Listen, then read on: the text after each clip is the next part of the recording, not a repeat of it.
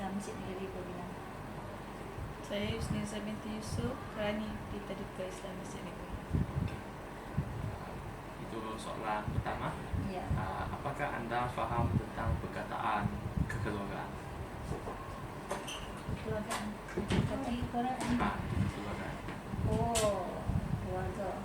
Keluarga tu terdiri daripada ibu, bapa, anak-anak dan orang-orang yang sekeliling kita seperti datuk, nenek, itu kita faham, dan orang-orang yang rapat dengan kita seperti pakcik, makcik. Saya faham tentang keluarga lah. Okay. Pada pendapat anda, apakah kepentingan keluarga dalam kehidupan seharian kepada anda?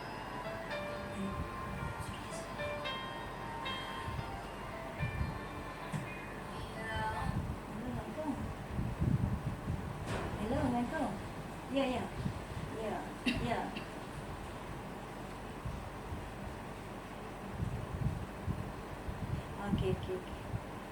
Okey, Kak bisa lebih lah. Okey. Sorry lah, sebab ada orang nak pasang kemah. Kena pergi tengok siapa nak. Tinggal seorang-seorang. Boleh? Boleh ke? Sebab sekarang orang Boleh, nak pasang boleh. kemah dah tak. Sorry lah, minta maaf banyak lah ya. Tak boleh bagi kerjasama. Sorry lah. Boleh. Sebab sibuk, memang sibuk. Tak Minggu boleh. ni memang sibuk. Okay, sorry lah. Tak apalah, tak apa. Sini dah. Okay, tak apa. Sorry. Pada pendapat anda, apakah kepentingan keluarga dalam kehidupan seharian kepada anda? Keluarga penting. Sebab keluarga tu lah orang kata kekuatan kita apabila kita susah. Bersatu dia keluarga maknanya kuatnya kita. Tak bersatunya keluarga maknanya lemahnya kita. Sokongan keluarga sangat-sangat penting bagi kecil. Memang sangat penting. Apakah anda faham tentang LGBT? LGBT ni yang selalunya lebih kepada yang lelaki jadi perempuan, perempuan jadi lelaki, lelaki suka sama lelaki, perempuan suka sama perempuan. Itulah dia. Okey.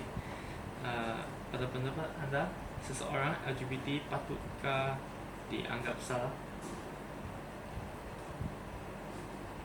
Okey, kalau kata dari segi kemanusiaan, mungkin kita akan nampak kalau kita kata benda tu salah, orang rasa kita not fair pada seseorang individu sebab bagi orang itu hak dia.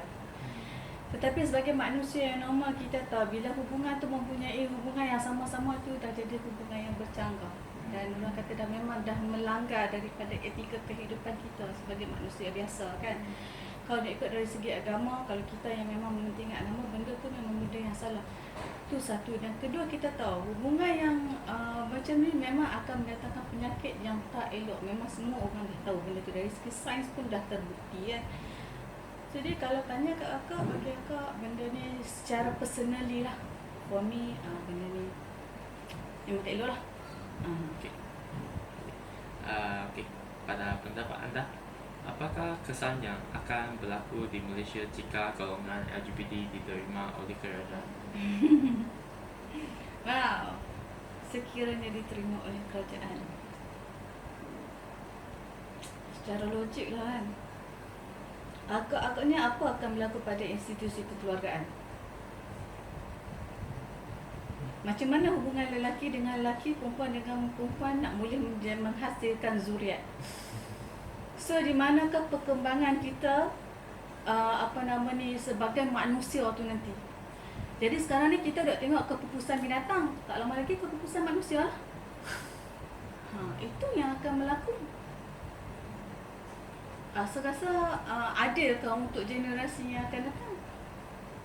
Bagi Pak Fahmi memang not fair lah benda tu. Masih juga ada yang tak ada. Kalau sekiranya diteruskan, maknanya institusi kekeluargaan akan musnah, akan punah. Tak lama lagi anak-anak tak akan tahu apa dia lelaki, apa dia perempuan, apa dia konsa. Itu berbeza. LGBT dan konsa adalah perkara yang berbeza. Dan budak-budak tak akan tahu lelaki macam mana, perempuan macam mana dan konsa tu macam mana. Dia tak akan tahu perbezaannya. Seterusnya, saya ingin tahu itu apakah LGBT membawa itu kesan terhadap satu keluarga? Memang membuat kesan. Kalau setengah ibu bapa boleh terima, tapi kadang-kadang masyarakat tak boleh terima. Cuma kadang-kadang kita ni manusia, bila kita tahu keadaan tu berlaku, kita kena ada satu, macam mana orang cakap, satu cara untuk menandatangani keadaan tu. Jangan membuatkan seseorang tu merasa, sebab kadang-kadang orang ni benda ni melibatkan perasaan naluri dia. So kalau kita terus-terus directly say you do this wrong like this, dia akan merasa diri dia tertekan. So bagi saya lah, benda ni kena ada cara yang betul dan ditangani dengan cara yang betul, dan keluarga tak sepatutnya menolak orang tu ke belakang sebab dia memerlukan sokongan keluarga. Orang macam ni memerlukan sokongan keluarga sebab maybe kita nampak dia kuat tapi inside dia mungkin dia lemah. Kadang-kadang dia nak berubah tapi dia tak mampu untuk berubah. Tambah pula dengan tekanan keluarga membuatkan dia langsung tak nak berubah. Pada pendapat anda, adakah anda menyokong komuniti LGBT? Confirm tak? Tidak. Okey. Mengapa? Rasanya dah jelas kan, dari segi kekeluargaan, dari segi zuriat, rasanya yang tu semua meliputi keseluruhan. Rasanya seperti jawapan-jawapan yang dah di atas tadi. Okay. Adalah kebebasan untuk pilih pasangan tiada mengira jantina itu hak asasi manusia. Manusia sekarang cara pemikiran mereka terlalu terbuka. Okey. Dia terlalu terbuka dan dia terlalu mengikut perasaan. Benda tu. Tapi bagi akak, kalau kita nak memilih pasangan, biarlah kita boleh menghasilkan satu keluarga. Maknanya ada mak, ada anak, ada bapa, maknanya satu keluarga yang nombor. Kita tak boleh kata-kata kalau yang bukan LGBT ni normal, sebab ada juga keluarga yang berpisah, berporak-poranda kan. Tapi rasa-rasa macam ada ke orang tu memang lelaki tiba-tiba nak jalankan tanggungjawab dia sebagai seorang perempuan, dan seorang perempuan tu tiba-tiba nak jadikan tanggungjawab dia sebagai seorang lelaki. Rasanya benda tu tak sepatutnya berlaku dalam satu keluarga. Ia akan membuatkan budak tu sendiri berada dalam keadaan confused. Macam mana? Dan satu lagi dari segi penerapan agama, rasanya dari segi penerapan agama pun akan jadi masalah dalam hal ni. Baik, sebab apabila ni dia tak tahu benda tu betul ke, salah ke, dia ikut tengok apa dia benda tu yang berlaku dalam tu, dia akan just follow. Tapi macam kami kalau dalam Islam dan yang mengikuti Islam yang sebenarnya dan bukan Islam liberal, benda tu akan mendatangkan masalah. Sebab kami nak mendidik anak kami macam mana? Seorang perempuan tak boleh menjadi imam pada lelaki, sedangkan seorang perempuan tu dah menjadi lelaki. Betul. Betul tak? Logik tak? Itu dari segi leadership di dalam kekeluargaan Islam. Seorang bapa tu seharusnya menjadi imam. Tapi sedangkan yang jadi ketua keluarga dia tu sekarang ni perempuan yang menjadi lelaki. Macam mana? So dia akan membawa pecahan dari segi kehidupan biasa dan kehidupan dalam agama. Okay. Kalau jika salah satu orang dari satu keluarga beritahu ibu bapanya bahawa dia menyokong LGBT, apakah yang anda fikir boleh bagi itu pendapat kepada ibu bapa itu? Ini susah kan? Sebab benda ni ia bukan melibatkan kemanusiaan. Kalau kita bercakap dengan bangsa-bangsa asing itu berbeza keadaan. Tetapi bila kita bercakap benda ni melibati sesama Islam, dia akan ada satu pecahan yang paling besar, terutama dalam agama.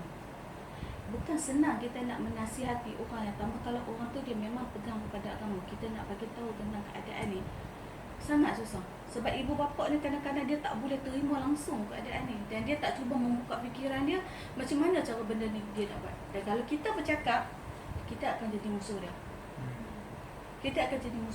Kita boleh memberi pendapat apa yang dia boleh lakukan, tapi sama ada dia menerima atau dia tak menerima, itu hak dia lah.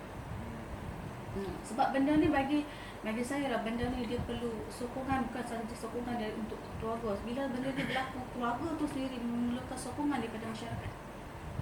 Dia memerlukan sokongan semua, bukan satu pihak. Sebab LGBT ni benda ni luas. Benda ni besar.